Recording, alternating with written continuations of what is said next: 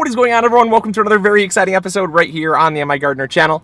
In today's episode, we're doing something a little bit different, but still garden related. We're going to be heading over to our local municipal mulch pile.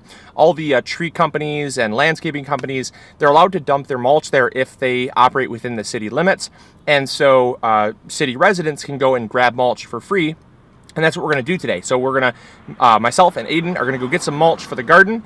And he's going to be helping me out today because it's like 85 degrees today, and I definitely, I'm gonna appreciate a second hand.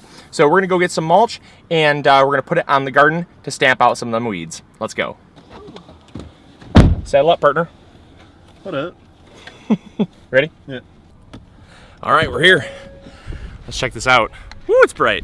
All right, so there's one pile here, and then one pile over there. And this stuff is awesome.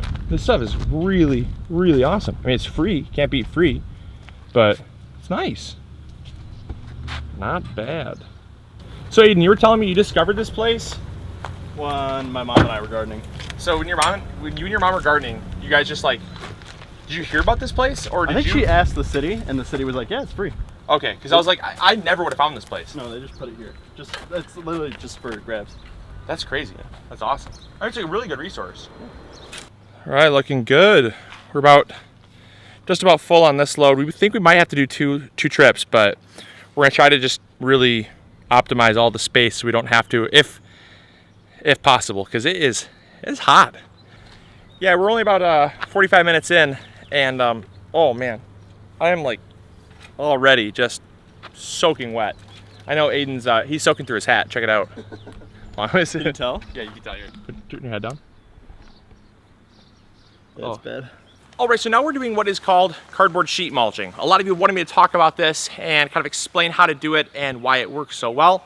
So I figured what better time to do that than today, because we actually have quite a bit of weed pressure. Now the weed pressure that we're getting is in the form of roots that spread, or plants that spread via the rhizome.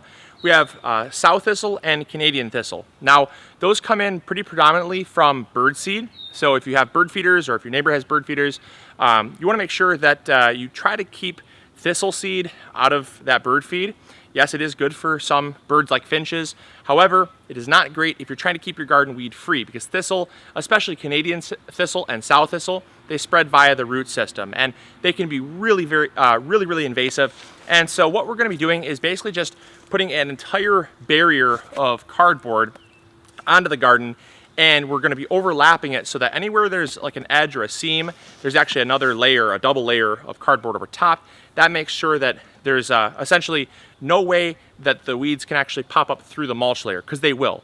You know, you can mulch with like 8-10 inches of soil, but eventually those weeds are going to find a way up, especially if they're things like crab grasses are very notorious for this. Those spread via the rhizomes. Any sow thistles, Canadian thistles, those spread via the rhizome as well. And there's quite a few others. You know, Bermuda grass is another one. Tiger grass. So a lot of your grasses spread via rhizome as well. So the best way to really control them is just by using a couple layers of cardboard over top, and that way you're really going to basically smother them out, and then put your mulch on top of that. But it's basically the easiest way to do it. Now, the other thing too is make sure that it is free of any like tapes or natural, or not natural, but like artificial dyes, colors. So basically just keep your cardboard very plain, very natural, and that way it's going to be the best for the garden. So with that being said, a lot of people ask, actually, well, before we get started, a lot of people ask where we get it and how you can get some. Now, we get ours from MIgardener HQ, because every time they bring a pallet or anything like that, there's tons and tons of cardboard that comes in a shipment. So we get a lot from there. But you can actually get cardboard for free from almost any grocery store, even hardware stores. When they get palletized stuff, they've got cardboard laying around. Super easy to find. You just got to call around and ask. All right, we're gonna get started here. I have already gotten started, but I basically just want to surround these trees in our orchard, because that's where the most weed pressure is in our garden. The rest of the garden just has not dandelions, but the sunflowers sprouting up, because I let a couple go to seed last year. So those are really easy to suppress. Those really won't require much cardboard at all. So let's go.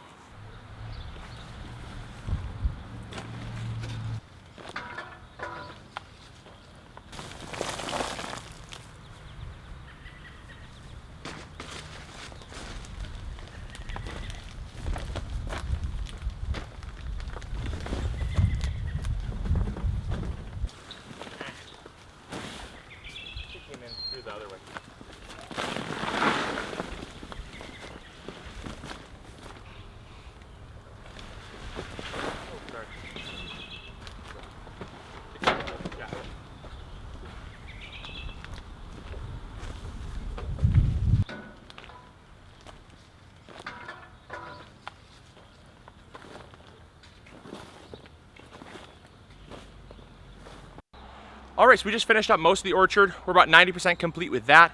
And by complete, I mean about 4 inches thick. You really want a good layer of mulch because, I mean, if you're going to do it, it's going to compress down, it's going to degrade, it's going to weather.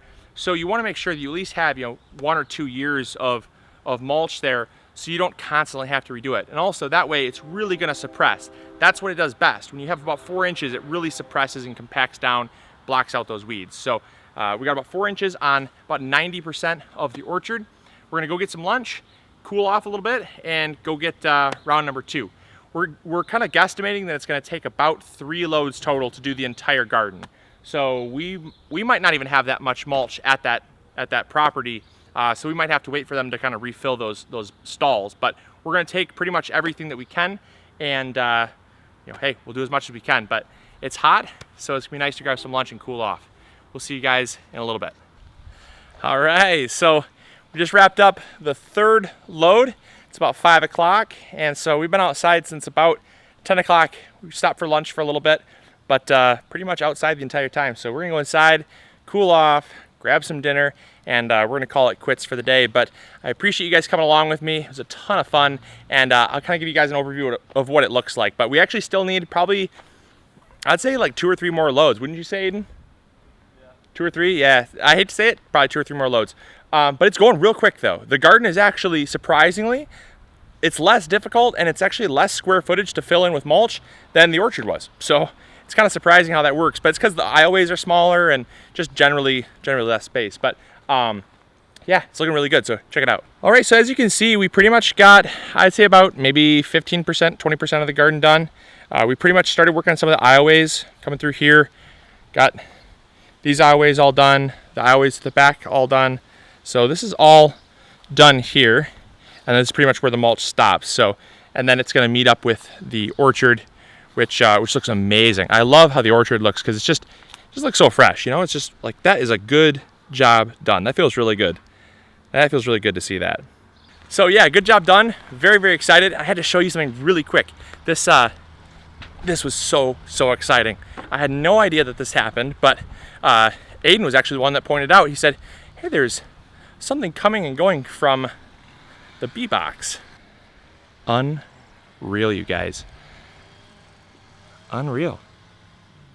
That's so exciting. We have bees that have moved into our box. We have tons of bees that have moved into our box, honeybees, and they're making a home. That is so exciting.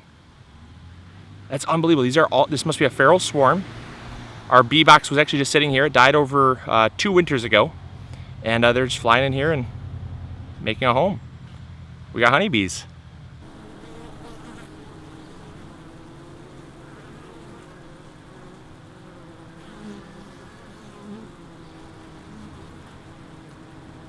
All right, so I am a sweaty mess. I gotta go get in the shower and cool off. But I thank you guys so much for tuning in for this episode. I really hope you guys enjoyed. I know you probably didn't learn much, but hopefully it's at least inspired you guys to get out in your garden, seize the day, and really make the best of it. So as always, this is Luke from the MIgardener channel, reminding you to grow big or go home. We'll catch you all later. See ya.